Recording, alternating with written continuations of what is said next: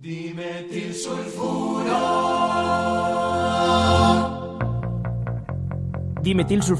Débora García Bello. Moi boas tardes, Débora. Moi boas tardes, Manuel.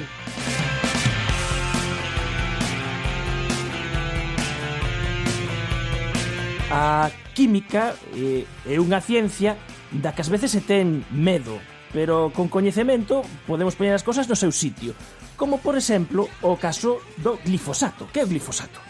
Pois o glifosato é un herbicida, é dicir, é unha sustancia que utilízase para matar ervas ou plantas. E por que é tan polémico? Pois eu penso que é polémico porque en realidad o desarrollou a empresa Monsanto. Ali polo ano 74 empezou a comercializarse co nome de Roundup. Esta empresa que é a que coñecemos polo tema dos transxénicos, pois é un pouco controvertida, entón penso que por iso este herbicida pois ten toda esa polémica detrás, e moitos grupos ecoloxistas pois están facendo presión para que non se utilice. E que empezou a utilizarse porque en realidade mata prácticamente todas as plantas este herbicida. Entón, pois é moi práctico, por exemplo, para botar na carreteira ou en parques, en zonas onde non queres que creza nada. Entón, resulta que había un tipo de plantas que sí que resistían a pesares de que lle botasen glifosato, que era un tipo de plantas transxénicas, que son as que fabricaba Monsanto. Entón era xeñal, porque facías un cultivo de transxénico, botabas glifosato, e aí morría todo, excepto esas plantas transxénicas. Entonces, claro, hai esa asociación entre transxénicos, glifosato, a empresa Monsanto, entón, pois isto fai saltar as alarmas. Digamos que esa asociación é unha asociación antiga, porque a patente xa caducou. Sí, a patente caducou no ano 2000. Claro, é un herbicida que se fabrica de forma barata e moi efectivo, entón é o que utilizan pois todos os agricultores. Como actúa o glifosato?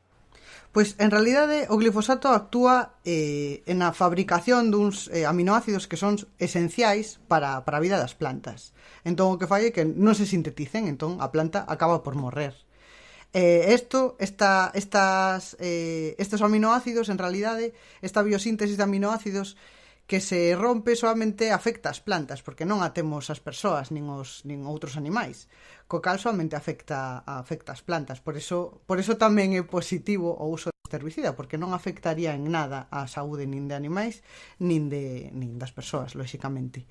Ademais, ten unha vida media moi curta. En 22 días xa se biodegrada, co cal, se pensásemos, se bioacumula, non? Se acumula no organismo e ao mellor dentro dun tempo pois fai algún tipo de dano, pois non, porque en 22 días xa desapareceu.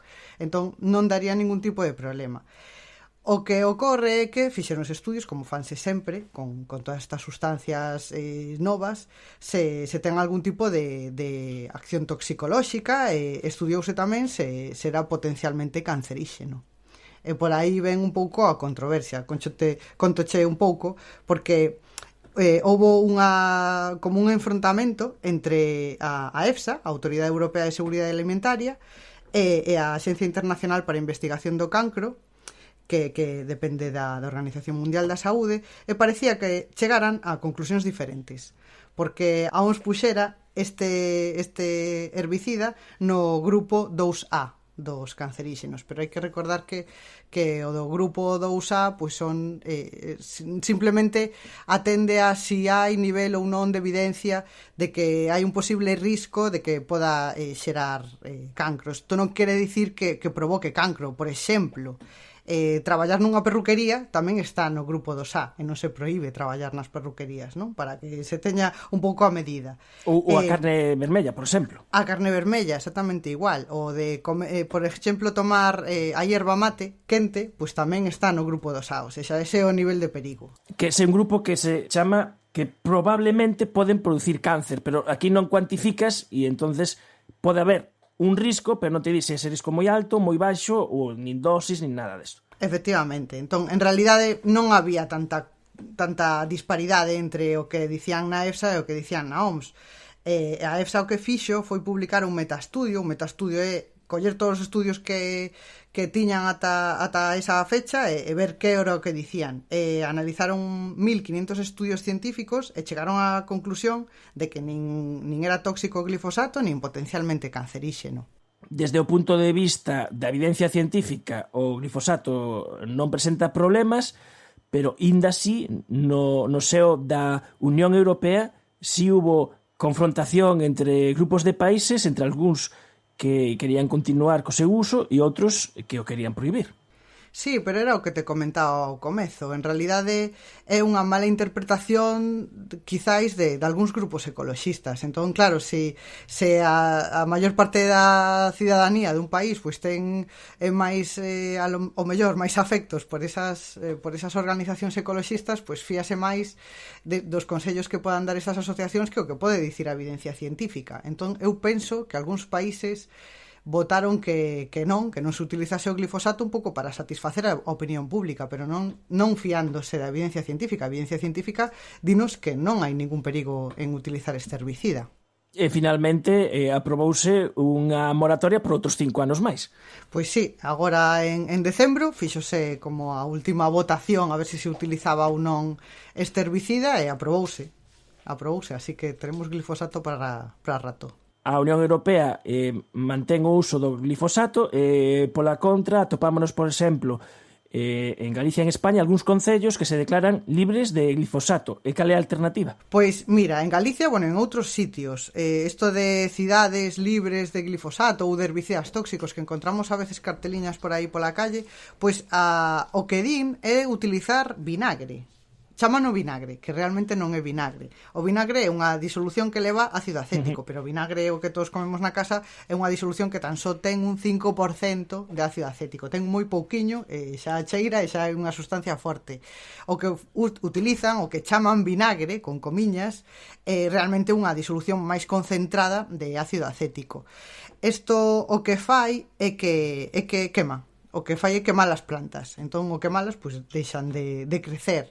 Pero isto pode ser unha medida un pouco superficial, porque podes quemar unha planta como por riba, pero non afectar as raíces e que volva a brotar de novo. Entón non é un herbicida, pois eso, moi efectivo. E logo tamén hai que ter en conta pois, o impacto medioambiental e o impacto pois, na vida, non? Xa pensemos simplemente como cheira.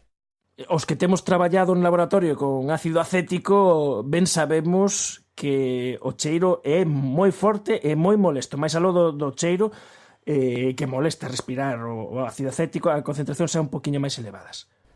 Sí, xa só como molesta é que é unha sustancia irritante. A partir de concentracións do 20%, que en realidad non é unha sustancia non é unha disolución tan concentrada do 20%, pois xa é irritante para persoas e para animais. Se usámoslo, por exemplo, en xardíns, en parques e demais, pois por aí están as nosas mascotas e están pois metendo os fouciños nese tipo de disolucións.